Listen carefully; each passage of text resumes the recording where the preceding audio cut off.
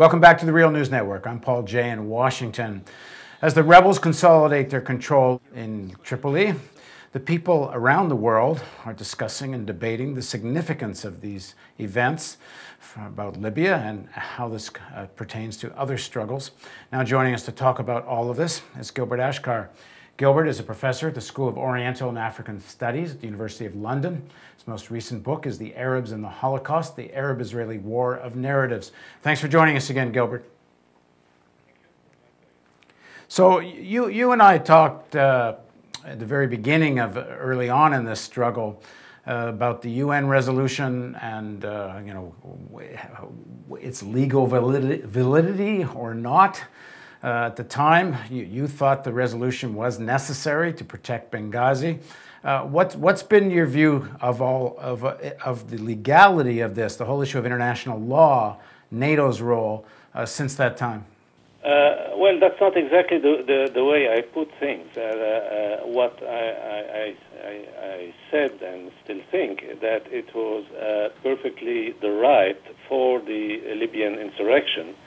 It was quite legitimate for them to ask for help and to ask for help from whichever source would be able to give them this help at a time where they were threatened with a major massacre. And after several days already of intense killing and repression in the country. Now the UN resolution is a resolution which I considered to be a very bad one, but all I said is that one cannot oppose it in the sense that one cannot oppose the no-fly zone request of the rebellion when it meant protecting Benghazi and avoiding the massacre on Benghazi.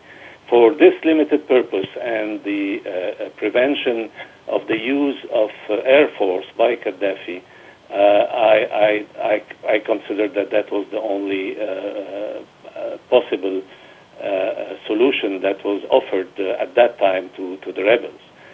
This said, I think that the NATO forces have violated completely even the letter and the spirit of the resolution as it was adopted, because it was speaking about protecting civilians, and instead of limiting their action to implementing the no-fly zone, which was done actually quite rapidly, just a matter of few days, they carried on intervening in the war in an attempt at controlling the whole process in Libya, and at the same time rejecting the many calls of the rebellion to get weapons.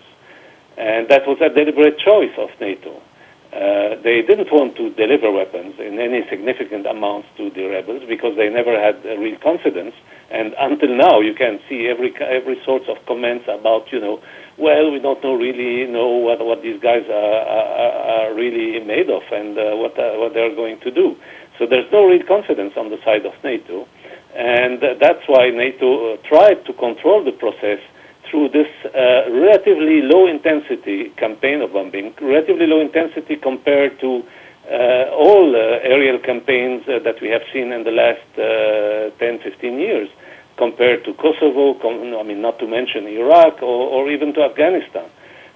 Despite the size of the country, Libya, and the forces of Gaddafi, which were undoubtedly much higher, bigger than whatever the Taliban had in Afghanistan. Right. So when you compare to all that, you understand that there is something about this campaign which was meant at controlling the situation, and no one can buy the argument that was in order to protect civilians, that it was a low-intensity campaign, because they went very clearly quite further from that, bombing Tripoli, bombing areas under Gaddafi control, in instances where this couldn't be explained as any kind of protection of civilians.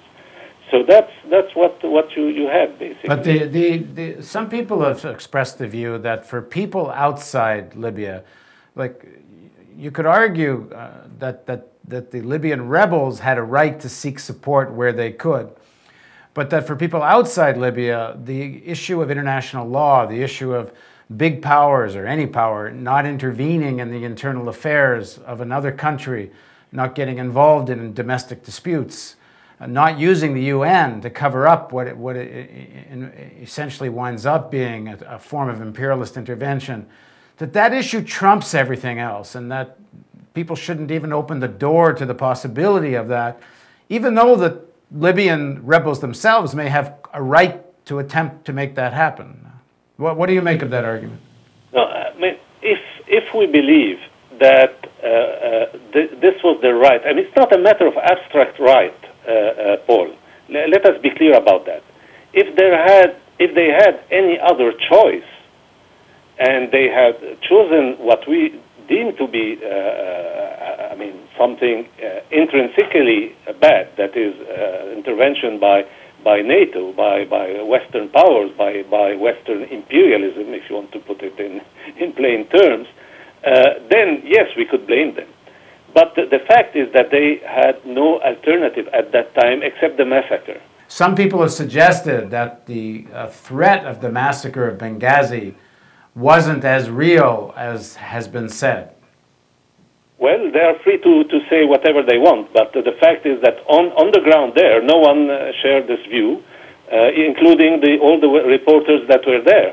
So I don't care if anybody in New York or San Francisco or London believes that the people in Benghazi are just stupid, or the whole insurrection was wrong. I think I have confidence in the judgment of people in such conditions. I have been in a real war for many, many years in my own country, Lebanon, and I know what it is to be threatened with a massacre. And we have had examples of massacre in the region. So I can't blame the Libyans for what they did and for the fact that they called for this intervention. Now, the issue is that in some conditions, under some conditions, you may be forced to request assistance from the devil if you don't have any other alternative but death.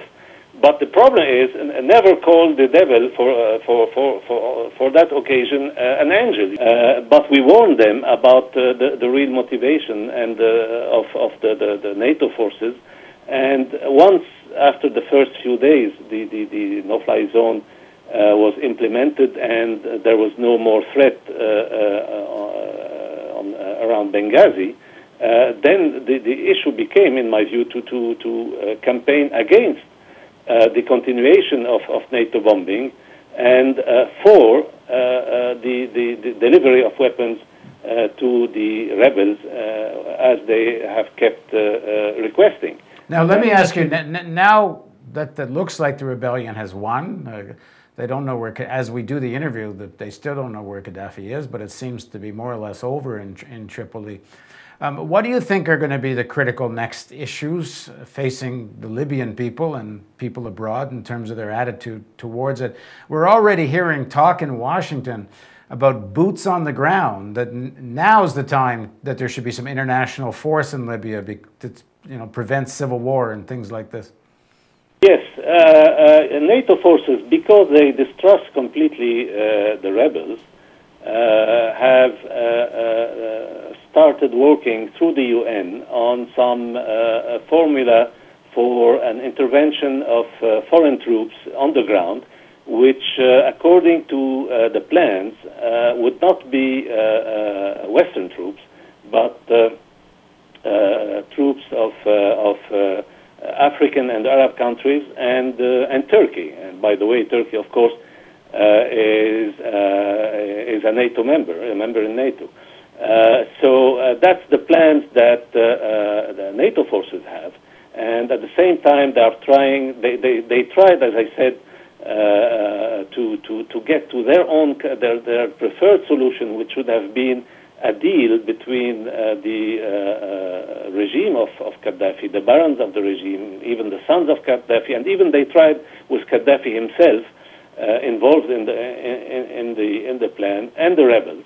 But this failed. This failed because you had a major stumbling block was Gaddafi, There was no way the rebels would accept that any solution with Gaddafi remaining in power, and he wasn't and isn't until now willing to step down. In any case, so that was not possible. So they tried, to have dealings with members of the entourage of Gaddafi, members of the apparatus, members of the regime, even the son of Gaddafi, Saif al-Islam, and all that, to get to some deal. That is what NATO wanted.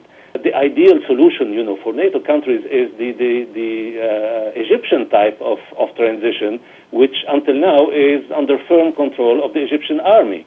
And basically, one can say the basic structures of the regime in Egypt are still there. They haven't moved. So that's what they wanted, really, for Libya. But this collapsed. This collapsed with the collapse of the regime in Tripoli. This amazing collapse, which actually surprised everybody, because no one would have expected it to be so fast. I'm not saying that it's finished. There are still areas of under Gaddafi control, but the collapse of the regime in Tripoli was so sudden and rapid that it really jeopardized any plans of the sort. And now, of course, no surprise if NATO sources will, prop up this Plan B that they have, which would be troops from under UN cover. Now, the big question here is whether the Libyans themselves want that, and until now they have been adamant against in rejecting any form of foreign intervention on their soil. They are not Karzai people. I mean, this is a major error in assessing what is going on that many people on the left in the West have made, to believe that these guys are just puppets of NATO. These are the kind of labels that were used. This is completely wrong. They are not. The new government has to make oil deals. Eni, the Italian oil company, already had their boots on the ground today, the day of the fight in Tripoli. And of course, the French, Total, and all the various oil companies. Gazprom is going to try to get their deal with Eni back. So the scramble for Libyan oil is going to be the leverage. And I guess part of the issue here is, a significant number in the leadership of the rebellion were in fact previously in the Gaddafi regime. So I guess that goes back to what you were saying, is to get the Gaddafi regime back in without Gaddafi. It will be one of the objectives of the oil companies and NATO. Well, in such situations where you have, after 4 decades of a single-party rule, or not even a party, it wasn't called like that in the country, and no possibility for any other thing, it's normal, as you had in Eastern Europe or the Soviet Union or all that even the move out of the situation involves a lot of people who were part of the regime. We've seen that in so many similar situations. The issue is whether the structures of the regime remain in place or not. And as what we are seeing now point to their collapse. The whole structure of the regime is collapsing. That's the key difference between a situation like Libya and a situation like Egypt, for instance. It is that the Egyptian army existed before and after Mubarak. He didn't reshape the army into some kind of Praetorian Guard and private militia. But that's what you had in Libya. And that's why in Libya, any Egyptian scenario was absolutely out of the question. And that's why the only way, actually, to overthrow this regime was through civil war. Thanks very much for joining us, Gilbert. You're most welcome. And thank you for joining us on the Real News Network.